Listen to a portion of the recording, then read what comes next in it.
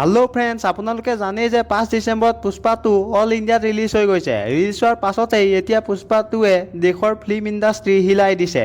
আজিৰ এই ভিডিঅ'টোত আপোনালোকে জানি আচৰিত হ'ব যেতিয়া মই ক'ম আপোনালোকক পুষ্পা 2 মুভিখনে ৰিলিজৰ প্ৰথম দিনাই কিমান টকাৰ কালেকশ্যন কৰিলে।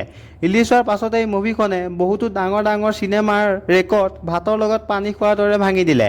ৰিলিজৰ প্ৰথম দিনাই পুষ্পা 2য়ে KGF চেপ্টাৰ 2 আৰু বাহুবলী 2 নিচিনা মুভিক কালেকশ্যনৰ ক্ষেত্ৰত পিছ পেলাই দিলে। ফিল্ম RRRখনে ৰিলিজৰ প্ৰথম দিনা 133 কৰোৰ টকাৰ কালেকশ্যন কৰিছিল।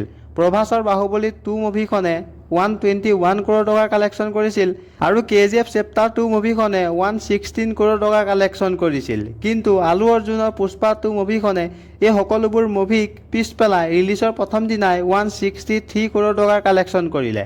মুভিখনে তেলেগু ভাষাত মুঠ 85 কৰোৰ টকাৰ কালেকশ্যন কৰিলে, হিন্দী ভাষাত 65 কৰোৰ টকা আৰু তামিল, কন্নড় আৰু মালায়ালম এইকেইটা ভাষাত মুঠ 13 কৰোৰ টকাৰ কালেকশ্যন কৰি মুঠ 163 কৰোৰ টকাৰ কালেকশ্যন কৰিলে। ফ্ৰেণ্ডছ, আপোনালোকে পুষ্পা 2 চালেনে?